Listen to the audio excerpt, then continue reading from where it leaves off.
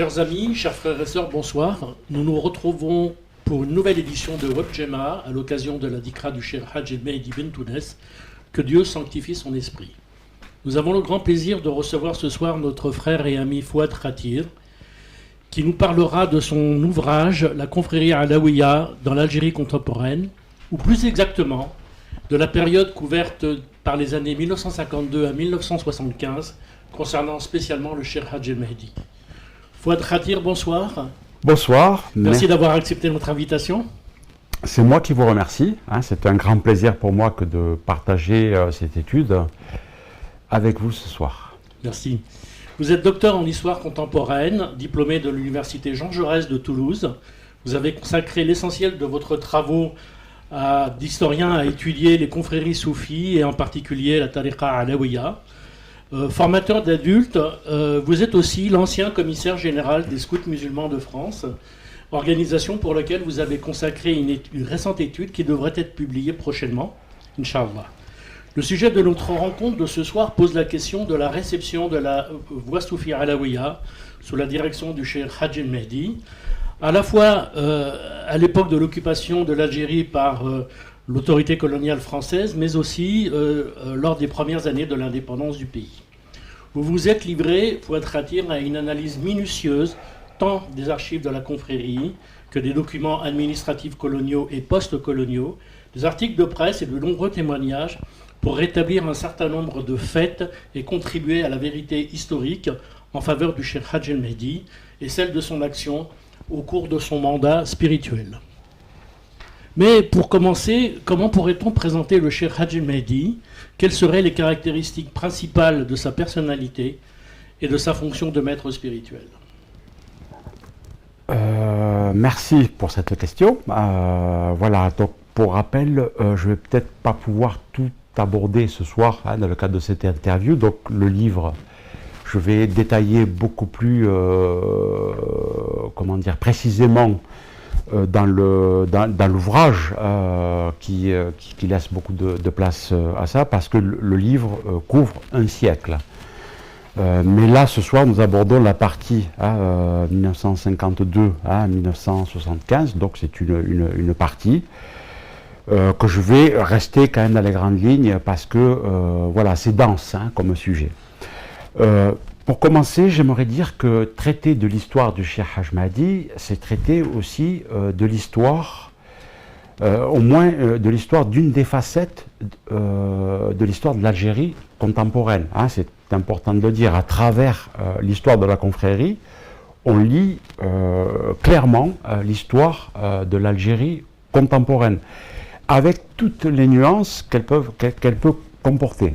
Donc pour nous, il s'agit d'apporter un éclairage ce soir sur le Cheikh Hadj Mehdi, parce que il a été controversé, il a été polémiqué, donc il s'agit d'apporter un éclairage historique, objectif, autant que possible.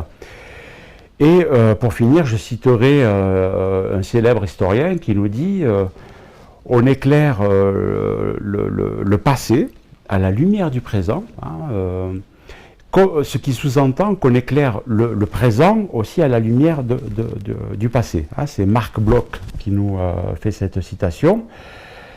Et donc, pour commencer, je dirais que le Cheikh Hadj Mehdi est né en 1928 à Mostaganem, dans le quartier de Tijdit, à la Zaouia. Et il y décède en 1975, donc à l'âge de 47-48 ans, précisément. Il est connu pour avoir, dirigé la prière devant le Cheikh Al-Alaoui, en 1934, durant le mois de Ramadan, ce qui sous-entend que il a une destinée hors du commun. On le pressent pour jouer un rôle hors du commun. À l'âge de 11 ans, on sait qu'il connaît l'entité du Coran, le Coran entièrement. Et pour le récompenser, le Cheikh Hadj Adda, donc son père, en 1939, va lui offrir un voyage au pèlerinage à la Mecque. donc à l'âge de 11 ans. À l'âge de 20 ans, il se marie, et à l'âge de 24 ans, la fonction de shir le rattrape. Pour dire quelques aspects sur sa personnalité, moi ce que je ressens beaucoup dans les écrits des archives du gouvernement de l'administration coloniale français, comme dans les archives de l'administration aussi algérienne, on sent que c'est un shir qui est très rigoureux. Hein. Moi c'est ça que j'ai envie de témoigner. Très rigoureux, très discret aussi hein, dans sa nature. Pour ainsi dire, il faisait ce qu'il disait, mais il ne disait pas toujours ce qu'il faisait. Hein. C'est important de le préciser chez le Cheikh Haj Mahdi. Et aussi, c'était quelqu'un physiquement de très imposant, hein, j'ai envie de dire, charismatique aussi. Il avait une force physique assez impressionnante, hein, ça c'est les témoignages qui le rapportent. Et il était très dynamique, hein. Il faisait du vélo, de la natation, il pratiquait la mécanique, l'agriculture. Il était ouvert et intéressé par de nombreux domaines, hein, j'ai envie de dire.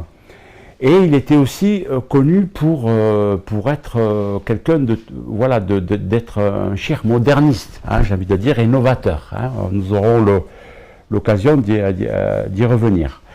Peut-être pour nous éclairer un peu, il était aussi inscrit au rang des scouts musulmans algériens. Voilà, un mouvement qui est né dans les années 1930 en Algérie.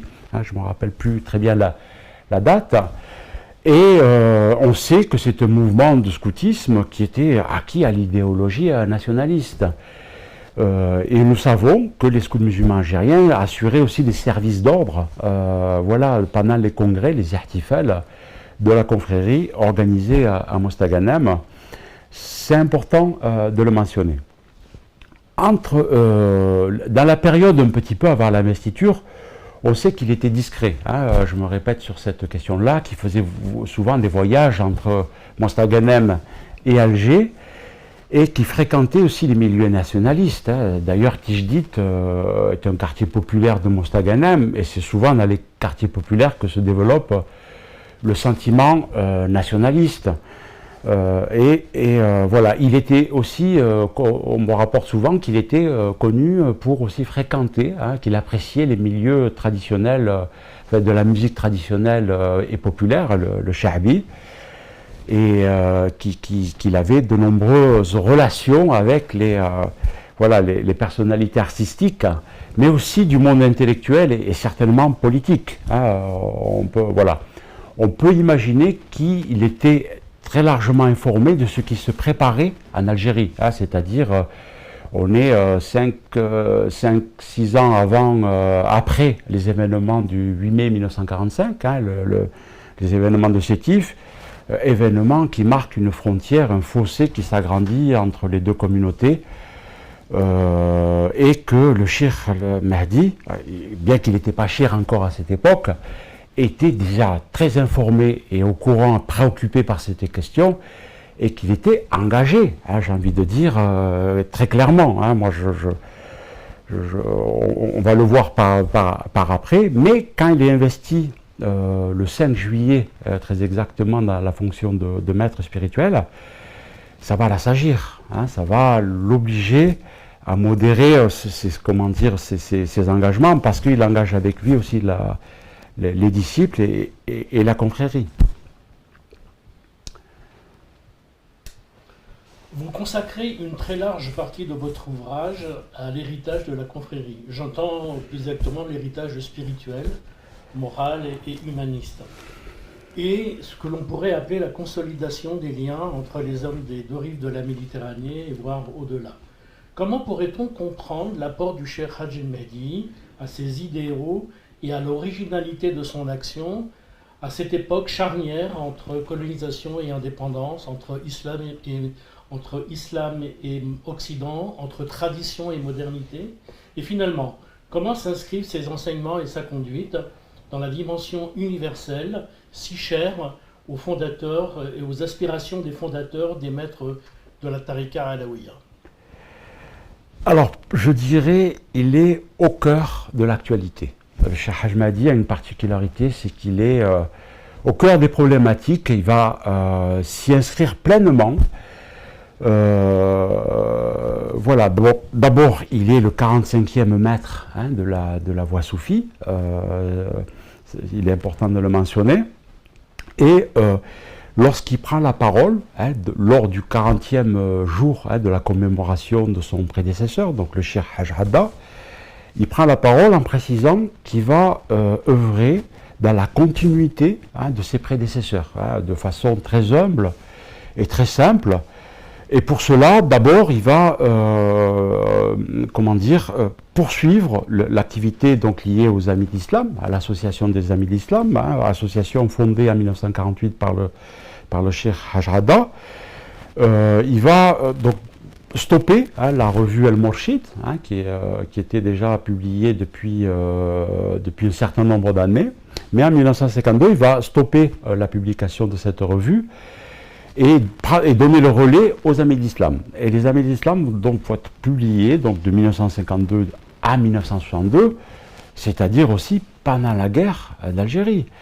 Ça peut pas sembler paradoxal dans la mesure où il invite à se rencontrer deux peuples qui peut-être sont en train de se déchirer.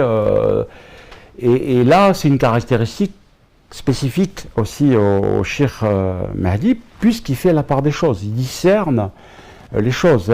Quand il peut œuvrer pour la paix, il n'hésite pas.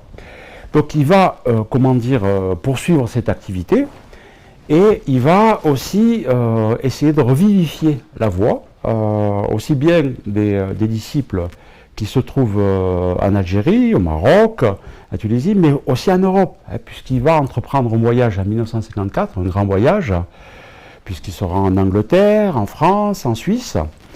Et il va entreprendre un grand voyage, voyage en Europe qui n'avait pas eu lieu depuis 1926, c'est-à-dire date de la participation du Cheikh Al-Alaoui à l'occasion de l'inauguration de la Grande Mosquée de Paris. Donc ça, c'est important de le mentionner. Donc à Paris, quand il arrive en 1954, il rencontre le grand islamologue Louis Massignon. Voilà, il va poursuivre son voyage dans le Jura, à Morée, et en Suisse, à Genève, Lausanne, où il va rencontrer des intellectuels, comme Fridtjof Schuon, Titus Burckhardt et bien d'autres, on imagine, et l'ensemble des disciples. Il se rend aussi en Angleterre, où il rencontre à Cardiff, à Londres, à Liverpool. Et donc il rencontre les disciples qui étaient nombreux en Angleterre à cette époque-là, parce que beaucoup venaient de Somalie, du Yémen aussi. Et à cette occasion, d'ailleurs, je vous invite à qu'on s'arrête sur un fait un peu particulier, pour répondre aussi à votre question, c'est qu'il est interviewé il est interpellé par la BBC, le grand journal anglais, qui est toujours de vigueur d'ailleurs, et il est interpellé pour donner une interview au sujet de l'agitation des peuples musulmans à vouloir s'affranchir des colonisateurs, des pays colonisateurs. Et à la question que la BBC pose au Cheikh Haj Mahdi, elle pose la question tout simplement de l'attirance des pays musulmans vers les pays communistes. Et ce à quoi le Cheikh Haj Mahdi répond, je vous cite, « Les musulmans ont une religion qui leur a enseigné les lois et les traditions dont ils ont besoin dans leur vie sociale et religieuse. Et ils ne souhaitent rien de plus. Mais à notre époque, nous voyons les musulmans d'Asie et d'Afrique dans une extrême agitation pour obtenir leur indépendance, comme les Européens et les autres nations avant eux. S'ils trouvent donc des gens pour les aider à parvenir à ce but sans contrepartie sociale et religieuse, ils n'hésiteront pas à accepter leur soutien. » On voit à travers cette déclaration un engagement clair, sans contrepartie religieuse et sociale. Ce qui n'était pas du tout le cas des citoyens musulmans algériens en Algérie, qui étaient relégués au rang de citoyens de seconde zone, voire de troisième zone. Toutes les réformes avaient échoué. qu'elle soit religieuse ou sociale, à l'égard des Algériens, et le ton était donné. Les choses allaient vers des hostilités. On regarde le destin commun qui lie l'Algérie et le Maroc pour leur indépendance notamment, et le rôle qu'elles vont jouer dans les rapports, dans la culture arabo-musulmane du XXe siècle. Quelle a été exactement la posture du Cheikh Hadji El Mehdi, et notamment au regard des revendications nationalistes de ces deux pays, et quelles auraient été ces éventuelles actions menées dans ce sens? Ce seront précisément, essentiellement, je dirais, des actions de médiation. Des actions de médiation et une posture de médiateur. Mais de médiateur de paix en temps de guerre. C'est très important. Les correspondances que j'ai pu consulter citent le cheikh clairement dans ses propos. Ils le prennent comme un médiateur pour agir en leur faveur, ou en d'autres faveurs d'ailleurs, de plusieurs parties. Mais ce qui est important de comprendre, c'est que les sociétés en Afrique du Nord, dans les années 50, les tensions s'accentuent et elles réclament l'indépendance. Au Maroc, d'abord, nous savons qu'entre 1953 et 1956, le sultan est contraint à l'exil, à Madagascar, entre autres, et parce que les tensions entre les partisans qui sont les partisans de la présence française et les partisans de l'indépendance, le parti de l'Istiklal, pour les nationalistes marocains, et les tensions s'exacerbaient. Et parmi eux, les confréries étaient accusées de vouloir, au Maroc, appartenir aux partisans favorables à la présence française. Alors, est-ce qu'il y a eu des confusions, etc. C'est là que l'histoire a un rôle à jouer, pour éclaircir, discerner toute cette confusion, pour clarifier.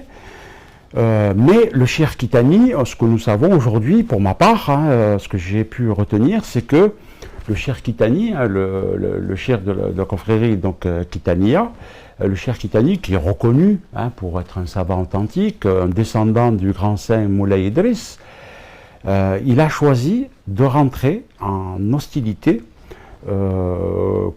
contre le pouvoir en place, c'est-à-dire les représentants de la dynastie alaouite. Et il a réuni un congrès en 1953 à Fès, dans lequel de nombreux chefs de Zaouïa, d'Afrique du Nord, mais aussi de Mauritanie, se sont retrouvés. C'est un important congrès, et dans lequel il déclare clairement son hostilité au pouvoir en place. C'est-à-dire qu'il est favorable à la présence française au Maroc. Donc c'est un ton politique, mais qui va engager comme conséquence de nombreuses persécutions à l'égard des confréries. Et qui dit confrérie, donc des disciples. Et dans le cas de la confrérie alaouia, il va y avoir des exactions, des exécutions, des persécutions aussi à l'égard du Mokaddem d'Oujda, par exemple, qui est assassiné. Le Mokaddem aussi de Casablanca, de Meknes, et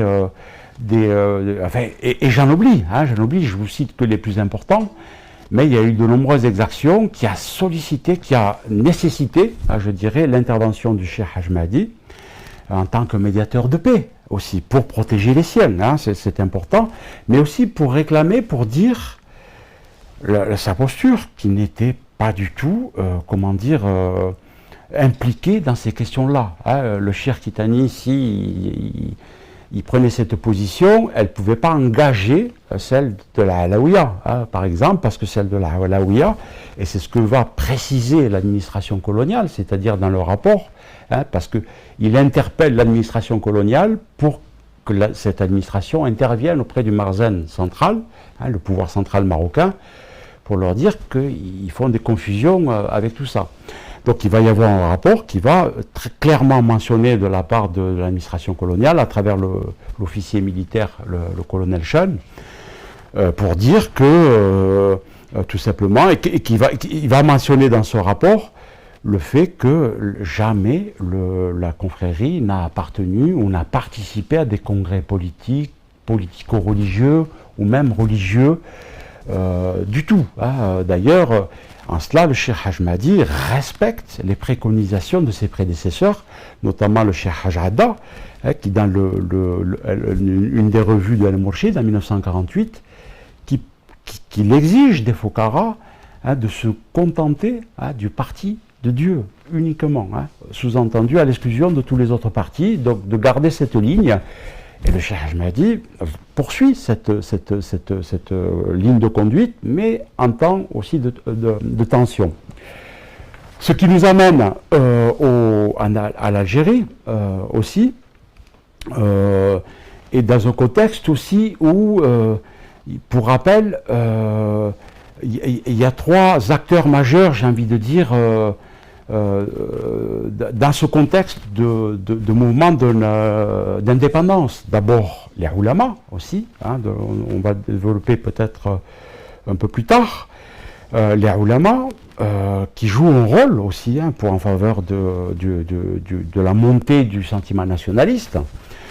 Et puis ensuite l'administration coloniale, donc la présence française qui est là aussi, mais aussi les confréries religieuses musulmanes qui sont importantes en Algérie. En 1950, on estime à 500 000 membres de disciples en Algérie, dont la majorité appartiennent à la Rahmaniya, par exemple. Mais la présence des ulama, qui sont là aussi, il faut le rappeler, pour revivifier la religion à leur manière, vont aussi contrecarrer l'action des confréries, c'est-à-dire ils vont les accuser d'être à l'origine de la dépravation des mœurs, de maintenir les superstitions populaires au sein des campagnes, etc. Et en cela, il va y avoir aussi des persécutions aussi en Algérie, parce que voilà. Mais ce qui est important pour nous de retenir, c'est qu'en Algérie, c'est une guerre militaire, mais c'est aussi une guerre civile, parce que le FLN devait absolument rassembler tout le monde, il devait y avoir une unité au sein des Algériens. Nous avons un exemple très clair que nous rapporte l'administration, le gouvernement général d'Algérie en 1961, où il parle d'un congrès spirituel organisé par le Cheikh Haj Mahdi en 1954 à Mostaganem, où le Cheikh aurait fustigé contre les disciples, parce qu'il y aurait eu des heurts au cimetière de Mostaganem entre les partisans de l'UDMA, c'est-à-dire l'UDMA qui avait qui avait à sa tête le Farhat Abbas, et les partisans du MTLD, mais de Farhat Abbas et des ulama. Donc c'est des partisans comme ça, et du MTLD, donc qui avait à sa tête Messali Haj, et qui était plus, et dont les Fokara, apparemment les disciples, étaient plus en faveur. Il y a eu des heurts dans la mesure où leurs idées n'étaient pas d'accord. Et le Cheikh Haj Mahdi s'est mis en colère durant ce congrès pour leur dire de se tenir à distance de tout ça, et de ne pas tout mélanger, quelque part. Là, on voit aussi, voilà. Mais les choses, ce qui est important de retenir pour nous, pour entrer dans la question que vous me posez, qui est large et qui est vaste, la posture du Cheikh Haj Mahdi, d'abord, c'est qu'il va, en effet, jouer un rôle aussi dans la guerre d'Algérie. C'est très important de le mentionner, un rôle actif, puisqu'il est reconnu officiellement comme un agent de liaison dans tout l'Est oranais, c'est-à-dire Mostaganem, Oran, Relizem. Il va être un agent de liaison, un facilitateur. Il va réveiller les réseaux dormants à travers lui. Il va organiser des systèmes de boîtes aux lettres avec l'implantation de cellules. C'est très comment dire, complexe comme organisation, parce que il faut bien s'imaginer qu'elles ne se connaissaient pas les unes les autres. Hein. Le Cheikh Haj Mahdi les connaissait toutes, mais les autres ne se connaissaient pas les unes les autres. C'était une manière aussi de protéger les disciples, mais ça s'inscrit bien aussi dans la guerre d'Algérie, puisque la guerre d'Algérie aussi, c'est connu, se pratiquait la torture. Hein. Donc celui qui était attrapé était menacé de pouvoir parler. Donc moins on en savait, moins on pouvait parler. Donc il va jouer ce rôle d'agent de liaison. Hein, il va organiser le transport des Moudjahid aussi, hein, dans les maquis. Il va organiser le transport parfois des armes dans les maquis. Et il va faciliter ce rôle. Hein, donc, et ce qui est important, c'est que c'est en 1956 qu'il joue officiellement ce rôle, parce qu'il rencontre Haj Ben Allah, hein, Haj Ben Allah, qui est l'intermédiaire de Ben Mehdi, hein, l'Arabi Ben Mehdi, un leader nationaliste connu, à la tête de la wilaya d'Oran. Et il va être son intermédiaire. Donc on voit bien l'importance, hein, qui est accordée dans ce schéma, et le rôle qu'il pouvait jouer, hein, et à quoi il s'engageait. Mais ce qui est important, c'est qu'il le faisait à titre personnel. Hein, même si c'est le Cheikh Mahdi, hein, il le faisait à titre personnel et avec des volontaires. Hein. Parmi les disciples et ses cellules, il faut savoir que nombreux ont été arrêtés, emprisonnés et torturés. Il est important de le dire, tout ce que moi j'ai pu rencontrer ont été reconnus aussi comme Moussabel, hein, c'est-à-dire volontaires, hein, pas Moudjahid proprement dit, à part pour certains, hein, parce que ça dépend des régions, hein, mais ont tous été arrêtés et emprisonnés et torturés. Mais ils s'en sont quand même sortis. Il y a eu quand même des exécutions, hein, pour certains, notamment à Relizane, hein, où les tensions étaient un peu plus exacerbées, hein, puisque c'est plus proche d'Alger aussi. Mais une particularité du Cheikh Haj Mahdi, c'est que il intervenait aussi auprès de plusieurs wilayas, hein, par exemple à Alger et en petite Kabylie. Il avait aussi des contacts, et l'Est apparemment, mais aussi le centre. C'est important de le dire, je ne suis pas exhaustif dans mais pour donner aussi un aspect un petit peu, comment dire, un peu paradoxal, je dirais, c'est qu'il avait aussi des contacts avec le colonel Amerouche, hein, ou le commandant Sihmimi, qui sont connus pour être des combattants de premier plan. Hein. Ils n'étaient pas tendres, ils étaient des combattants voilà. Mais ce qui est important de retenir pour nous, essentiellement, c'est qu'il a agi comme un chef religieux. Il a agi, on peut très bien lire la conduite d'un chef religieux qui suit les préceptes de la tradition musulmane. D'abord, le fait qu'il rencontre le général de Gaulle, hein, en 1958 à Mostaganem, nous savons que la tradition musulmane considère la guerre comme un mal nécessaire et nous recommande aussi la guerre comme dernier recours. Hein. Donc toutes les initiatives qui peuvent être prises avant, on les prend. Hein, elle préconise ça. Et la rencontre avec le général de Gaulle s'inscrit dans ce domaine. S'il pouvait, atténuer les souffrances, hein, de part et d'autre des peuples, il le faisait. Il intervenait auprès de Jean Chevalier aussi, le maire d'Alger à cette époque, pour essayer de calmer et d'atténuer les tensions. C'est très important de le dire. Ensuite, ces interventions sont d'un rôle humanitaire. Il transforme la Zaouïa en centre de dispensaire, hein, où il va accueillir les blessés, qu'ils soient français ou algériens. Il va acheminer des repas aussi bien dans les prisons que dans les camps de prisonniers, et pour les uns et pour les autres. Mais aussi dans les maquis. Hein, il va soigner, transporter les médicaments dans les maquis. Et ça, il a un rôle actif de ce côté-là. Et il va aussi être un médiateur, une fois de plus, auprès des gens menacés de mort, hein, de français comme algériens, hein, des gens condamnés par le FLN il va intervenir auprès d'eux pour les sauver de ces impasses dans lesquelles ils pouvaient. Et il a joué un grand rôle de ce côté-là.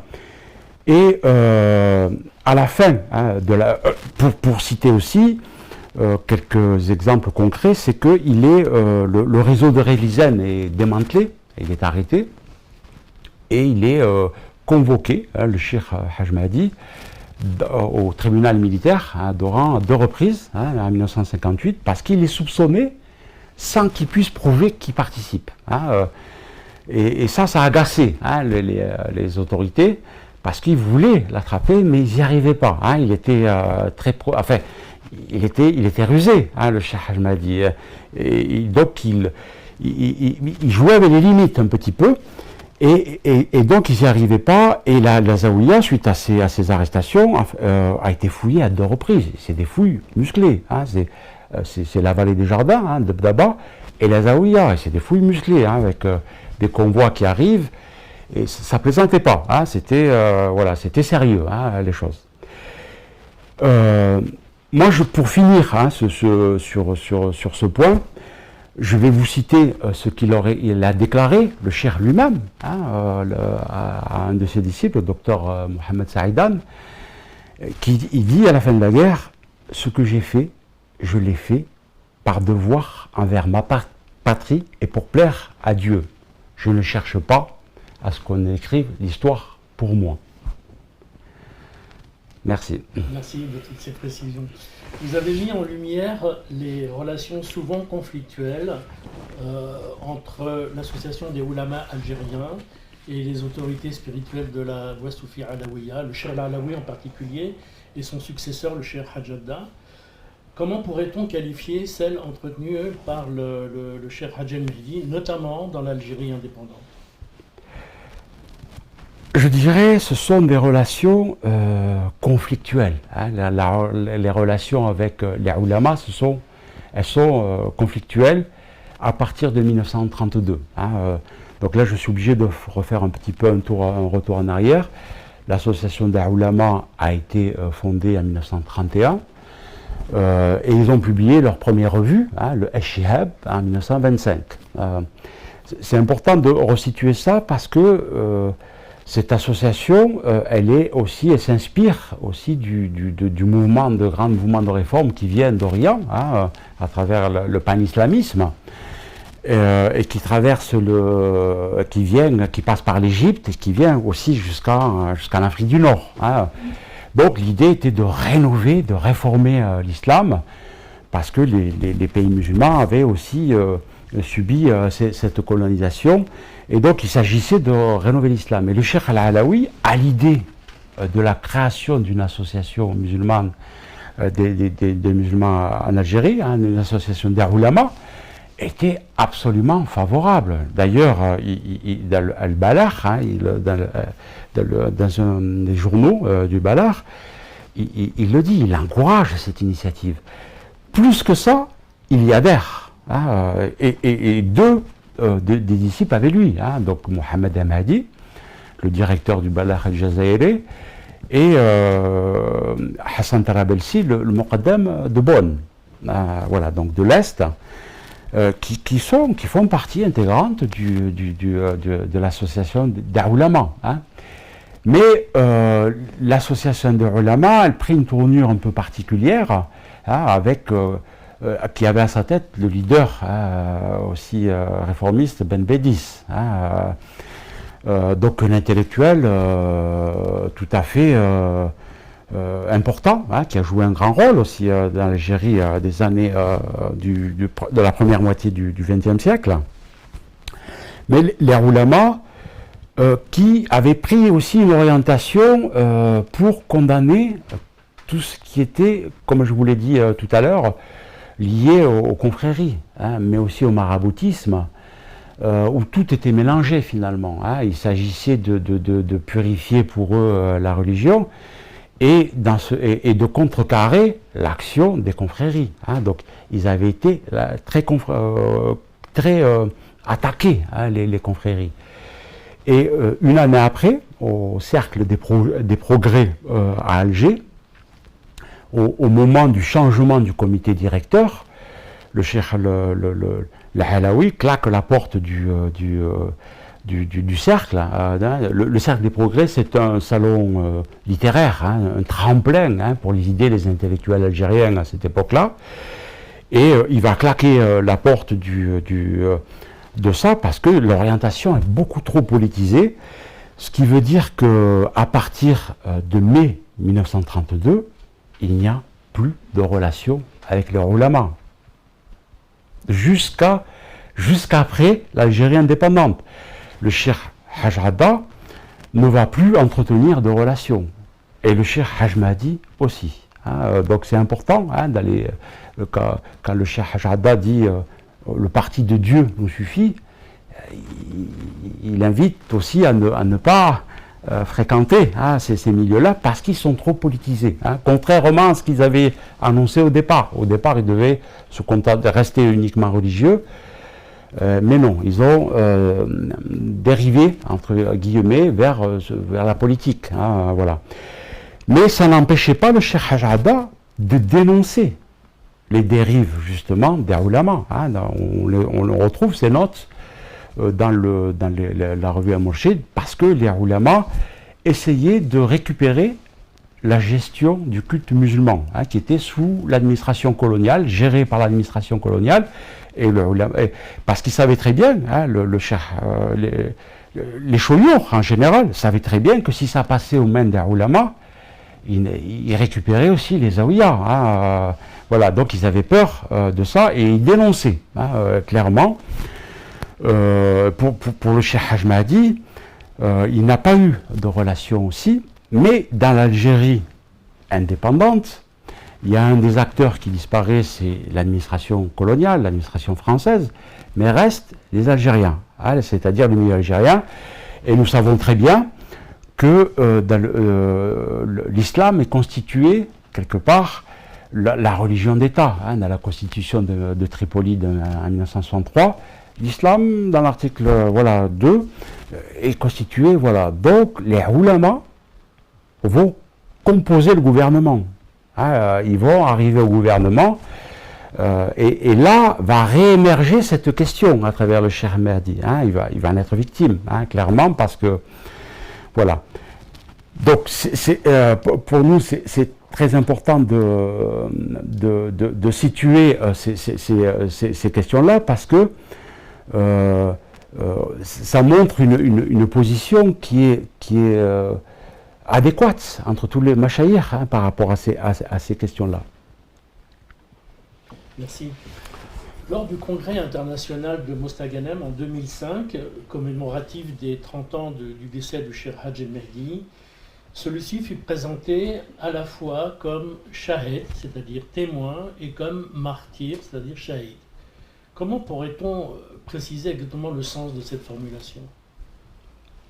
Alors, je dirais, là on arrive un petit peu à la période, bien sûr d'indépendance, mais aussi de répression. Shahid, parce qu'il est victime de la répression qui va sévir en Algérie, à l'égard de la Halaouia en particulier, mais des confréries en général aussi.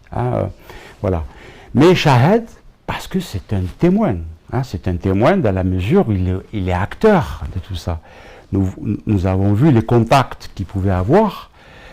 Donc il était au cœur de l'actualité, au cœur des problématiques.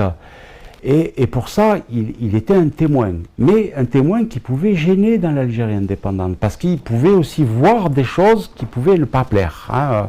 Pour ainsi dire, puisqu'on sait que dans l'Algérie indépendante, voilà. Dans l'Algérie indépendante, il y a eu des dissensions entre les différents partis, Ben Bella, Boumedienne et bien d'autres, voilà. Mais lui, toujours égal à son attitude, c'est-à-dire, on ne rentre pas dans ça. Donc, la première des choses, d'abord, il va témoigner. Le 5 juillet 1962, l'Algérie est en liesse, c'est l'indépendance. Et donc, il est aussi heureux pour l'Algérie, parce qu'il dénonçait, il n'était pas du tout d'accord avec le système coloniale, injuste coloniale. Donc il est aussi content, mais il est inquiet, c'est ce qu'il dit à son disciple, le docteur Mohamed Saïdan. Il dit qu'il s'inquiétait de ce qui se préparait. Il le voyait arriver. Et le Cheikh Haj Mahdi va donner des préconisations aussi aux disciples en disant que les dossiers de reconnaissance de Moudjahid, ils ne devaient pas être déposés dans l'immédiat, d'attendre un petit peu, parce que ces dossiers, le statut de Moudjahid pouvait accorder des privilèges, tout simplement, et il donnait ces préconisations, voilà. Mais on sait que le Cheikh Haj Mahdi a continué les activités. Il est revenu très simplement dans la vie de la confrérie, du message de la confrérie. Donc on sait qu'il a organisé en 1963 un congrès, un ihtifal, où il y a entre 2000 et 5000 disciples, ça dépend les sources. En 1964 aussi, il continue ses activités. Et puis, en 1964, une première alerte comme vient à lui, parce qu'il y a un décret qui risquait d'être publié à l'occasion de la nationalisation des biens habous, c'est-à-dire des biens waqf, c'est-à-dire la récupération par l'État, par le gouvernement, des biens religieux, dont la Zawiya et la vallée des Jardins, d'Ebdaba. Et à ce titre-là, il va intervenir, auprès de Haj Ben Allah, qui est vraiment à cette époque, c'est Ben Bella, Ahmed Ben Bella qui est au pouvoir, Ahmed Ben Bella qui est de l'Ouest aussi, c'est important de le dire, il y a aussi ces tendances-là aussi, comme le Cheikh Haj Mahdi, comme Bouteflika, d'ailleurs, et bien d'autres. Et Haj Ben Allah qui va rassurer le Cheikh Haj Mahdi en lui disant que finalement ils ne vont pas le faire, ils ne vont pas publier, que les Zawiya ne sont pas concernés par ces nationalisations. Donc il est encore écouté, il a encore de l'influence, on voit bien que Haj Ben Allah qui est le premier vice-président de l'Assemblée constituante au lendemain de la guerre, donc c'est une personnalité difficilement contestable, voilà. Mais il le sera quand même par les opposants, je dirais par la suite, voilà. Donc il va intervenir à ce moment-là. Par ailleurs, entre deux, on sait qu'en 1965 il y a le coup d'État, donc la prise du pouvoir par Boumedienne, et le ton change quelque peu. Et le 19 mars 1966, pour le Cheikh Haj Mahdi, il inaugure la mosquée, la mosquée du Cheikh Al-Alawi, juste en face de la mosquée, où il voulait en faire un centre de rayonnement culturel et intellectuel pour l'Afrique du Nord. Et il y accueillait d'ailleurs une centaine d'étudiants qui étaient là pour jouer un rôle de ce côté-là. Donc il continue ses activités comme si de rien n'était. Mais le ton n'était pas à ça. Nous savons par exemple que le jeune Khaled Bentounes, qui est aujourd'hui le cheikh, le successeur du Cheikh Mahdi, avait fondé la jeunesse islamique alaouia et qui était aussi menacée, qui était vue d'un regard réprobateur parce que seules les organisations de jeunesse d'État, c'est-à-dire la jeunesse du Front de Libération Nationale ou les scouts musulmans algériens, étaient tolérés. Donc tout le reste était purement interdit. Donc ils vont aussi considérer progressivement ces activités comme suspectes et comme un défi, comme une provocation à l'égard du gouvernement, parce que ça ne rentre pas tout à fait dans la ligne de ce qu'ils souhaiteraient, tout simplement. Tout ça va finir par une campagne de presse diffamatoire à l'égard du Cheikh Haj Mahdi. Et c'est l'Arbi Saadoni qui va donner le ton dans les campagnes de presse. L'Arbi Saadoni, qui est un ulama réformiste, le ministre des Affaires religieuses, je crois que ça s'appelait comme ça à cette époque, mais en tous les cas, il est dans cette fonction et il va donner le ton. Mais c'est pour diffamer, c'est-à-dire c'est pour donner, avertir des répressions qui allaient en suivre. Clairement, il est accusé de complot. Ce qui est important de comprendre, si je peux vous raconter ces aspects-là, c'est parce que c'est des rapports du gouvernement algérien que j'ai pu consulter pour vous rapporter ça aujourd'hui.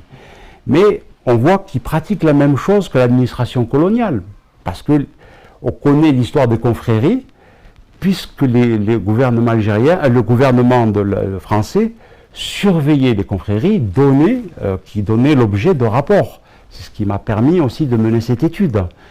Et on retrouve cette attitude similaire avec le gouvernement algérien, c'est-à-dire ils produisent des rapports qui sont différents, qui sont moins nombreux, différents, mais dans lesquels il est accusé de complot, parce que la Zaouïa est un nid d'espions, parce qu'il y a de nombreux étrangers qui viennent d'Europe, etc.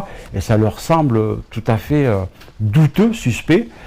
Mais j'ai envie de dire, c'est des prétextes. C'est des prétextes. Aujourd'hui, le but était de diffamer et de réprimer. Clairement, le Cheikh Haj Mahdi, juste un peu avant cette campagne de presse, le Cheikh Haj Mahdi essaie de se rendre aussi au pèlerinage via l'Égypte, en 1967, mais il est arrêté. Il est arrêté par les événements de la guerre des 6 jours, et il est obligé de rebrousser chemin. C'est-à-dire qu'il continue ses activités dans un contexte où ce n'était pas permis. Il était très courageux, il défiait clairement. Voilà. Mais pour lui, on ne pouvait pas compromettre le message dont il était porteur. C'est important de le dire. Cette campagne va arriver par son arrestation, c'est-à-dire entre février et novembre 1970, il est arrêté, emprisonné. Par ailleurs, une fois qu'il sort de la prison, il est en résidence surveillée à Djidjel, parce que c'est loin de Mostaganem. Ils veulent tout simplement briser la volonté, la confrérie. Les archives sont détruites, les comptes sont fermés, les disciples disséminés. Le but est de mettre fin à tout ça, de fermer clairement la Zaouïa. C'est à tort, parce que le Cheikh Haj Mahdi, bien sûr, on l'a vu, il a, comment dire,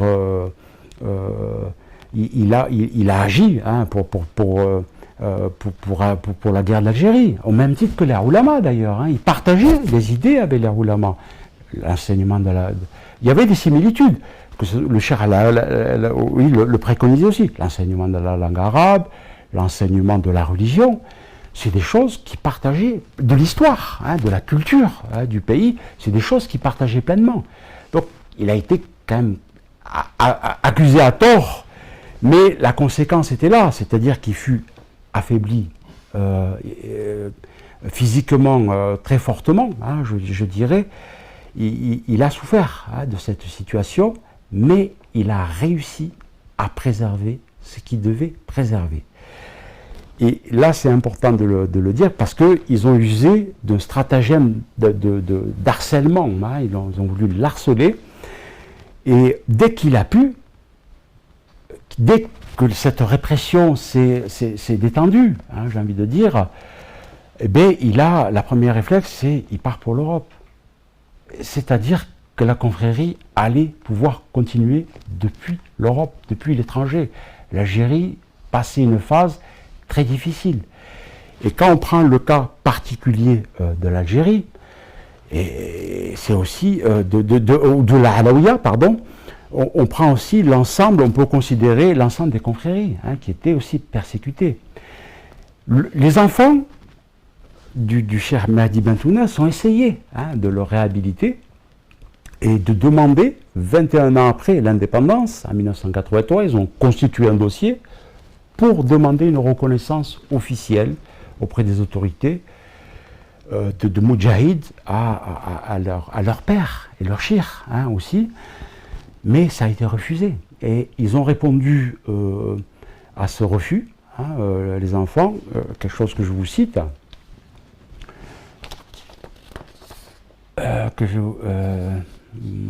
excusez-moi, voilà, mais ils ont averti dans cette réponse les autorités en disant, en dénonçant les conséquences dramatiques hein, tant sur le plan moral que psychologique, que va entraîner une telle négation du sacrifice. Oui, les mots sont bien pesés, sachant que l'ensemble des confréries, comme nous l'avons dit, ont été marginalisées, hein, ils ont exilé. Hein, le Khaled Bentouna, c'était en France déjà à cette époque. Et donc, ça va laisser le champ libre aux roulamans qui vont pouvoir, diffuser leurs idées. Mais nous savons, hein, 15 ans après le décès du Cheikh Haj Mahdi, hein, que l'Algérie a dû payer aussi un tribut fort, peut-être. Hein, en tous les cas, moi, c'est l'hypothèse que je fais à travers mon étude. C'est-à-dire qu'on peut y trouver un lien très fort entre la perte de mémoire que va connaître l'Algérie à travers la guerre civile, hein, qui a sévi dans les années 90, et qui a vu la montée du fondamentalisme religieux sévir à un tel point qu'elle bascule dans ce qu'on appelle les années noires. Donc il y a un trou de mémoire. Voilà, trou de mémoire qui va obliger aussi le gouvernement à rappeler les confréries, à vouloir les réhabiliter. D'ailleurs, la journée internationale du vivre ensemble en paix a été portée par le gouvernement algérien, hein, au sein de l'ONU. Elle a été adoptée parce que c'est la règle. Une ONG ne peut pas porter cette initiative, c'est l'Algérie qui l'a portée. Mais c'est contradictoire entre l'attitude qu'ils ont pu avoir au lendemain de la guerre et aujourd'hui. Fouad Khatir, encore merci pour nous avoir éclairé sur ce sujet si sensible, si passionnant, si passionné et révélateur de la complexité historique et du devoir de vérité qui nous incombe à tous. Nous voici arrivés au terme de notre rencontre. Vous serez le bienvenu si vous voulez un jour venir nous présenter vos travaux sur les scouts musulmans de France.